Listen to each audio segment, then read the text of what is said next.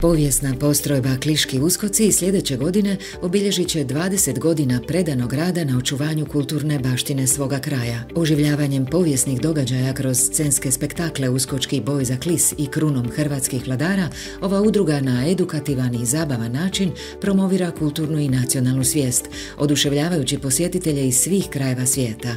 Uz pomlađivanje članstva, Kliški uskoci najavljuju nove projekte i intenziviranje aktivnosti na očuvanju živopisnog nasljeđa Kliškoga kraja.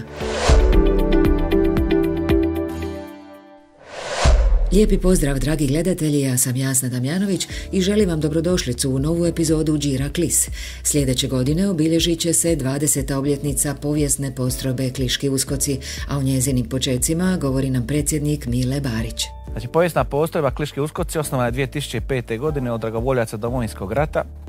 Iako je želja bila, već dugo u Klisu se o tome pričalo da se osnuje jedna takva postrojba, izgleda da su upravo dragovoljci i oni borci koji se borili u Domovinskom ratu bili oni koji su mogli obnoviti ne samo odore, nego i duh ovih povijesnih ratnika. Tako je 2005. godine krenulo se od nule, znači od rekonstrukcije odora, oružja, nabavke, toga svega. Ono što je najznačajnije u njenom prvom razdoblju, to je svakako osnivanje Uskočkog muzeja, gdje su izložene muzejska zbirka uskočkog oružja.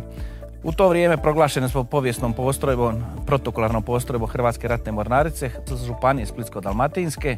Novije vrijeme donosi i novi pristup očuvanju i prezentaciji baštine. To je način gdje vi ne iznosite samo povijesne činjenice, nego jedan zabavan, edukativan način. Upoznajete ljude sa širim kontekstom, znači i sa načinom života, veselja, slavlja, tugovanja, hrane, odore, odjeće. Tako da dobiju jedan širi kontekst i da to dožive na jedan potpuni način, znači ne samo onako suhoparno. Dosta radimo sa školama i to je ono što je djeci i najzanimljivije. Znači ono što uče u školi, oni uče nekakve fakte, nekakve podatke iz povijesti, a ovdje to dožive na jedan poseban način i onda to stvara jednu zaokruženu sliku. U fokusu vaše udruge više je povijesnih razdoblja. Udruga se prvenstveno bazirala na razdoblje Kliških uskoka, znači to je tako krenula jer smo u Kliškim uskocima imali najviše podataka i najviše povijesnih zapisa na osnovu na kojih smo se mogli nasloniti. S vremenom kako smo iz Klisa, kako je u Klisu stolao knez Trpimir, kako je tu bio njegov dvor, bazirali smo se i na to povijesno razdoblje, tako da imamo jednu sekciju koja se bavi evociranjem uspomene na razdoblje iz tog ranog srednjeg vijeka, gdje su naravno drukčije i odore i oružje i sve, tako da smo morali imamo recimo dvije postrojbe, dvije sekcije same udruge. Posebno popularna među posjetiteljima su prizorenja povijesnih bitaka. To su znači Uskočki boj za Klis, koji se svake godine odvija zadnji vikend u 7. mjesecu.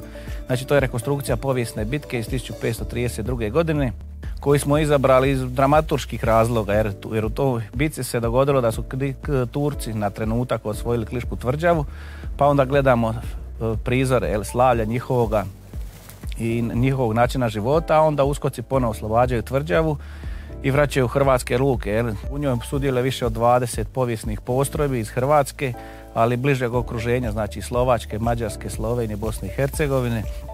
I tu bi oko 200-300 kostimiranih pripadnika. Udruga organizira još jednu važnu manifestaciju, kruna hrvatskih vladara. Radimo rekonstrukciju krunbe kralja Zvonimira i sve ono što je interesantno za to razdoblje, za razdoblje dinastije Trpimirović.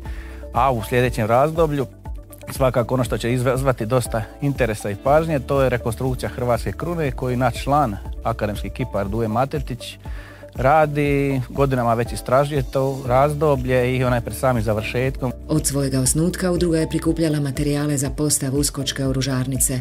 O tome smo popričali sa Filipom Ninčevićem, članom udruge i licenciranim vodičem. Od originala imamo pušku koja je tančica ili karanfilka, duga puška ili mušketa, imamo kubure, imamo jedan mačski avone koji je upravo u biti važan za ovo područje, dakle to je jedan od prvih evropskih mačeva uopće što ima košaru, uškotski brodsword, i dok imamo s druge strane također tursko oružje, to je jatagane i handžake, tako da se vidi neki kontrast to napadačima i braniteljima same te utvrde. Ali ono što je bitno da recimo mi koristimo i za našu postrojbu te replike oružja koje u biti koristimo kad idemo ili na neke mimohode ili na neke turnire, tako da ono što se očekuje da svaki član koji je u samoj postrojbi se brine o svome oružju. Filipe, činjenica da je ovdje snimana serija Game of Thrones značajno je utjecala na broj posjetitelja. Sama serija je napravila neki marketing koji mi sigurno nismo mogli u mogućnosti, jer to je bio svjetski marketing, tako da se vidi u biti veliki broj povećanja posjetitelja od 2014. godine, sa tim da u biti taj Game of Thrones je ono što se kaže dvosjekli mač. Dakle, ljudi su počeli, posebno stranci, nekako poistovjećivati samu tvrđavu Klis sa Merinom. Dok u biti mi ovdje imamo toliko toga povijesti da se može reći, tamo biti pa reći Game of Thrones je bio ovdje povijesni, tako da je uvijek bilo nekih sukoba između istoka, između zapada, istok ide prema zapadu ili obrnuto. Tako da u biti je povijest koja se nalazi na ovome području još od rimskih vremena pa do Drugog svjetskog rata vrlo šarolika. Gospodine Barić, generacije Klišana sudjelovale su u radu udruge, a sada krećete u novo pomlađivanje. Tako da krećemo čak i sa malom postrojbom, nekakvim izviđačima, koji je nekakva uskočkom akademijom, ja, gdje bi djeca učila ove vještine, strelčarstva, mačevanja i svega onoga što je uskoka činilo uskokom, naravno uz poznavanje i tih nekakvih povijesnih činjenica prilagođeno njihovom razvoju. I onda njih planiramo pomalo uvoditi u prvu momčad.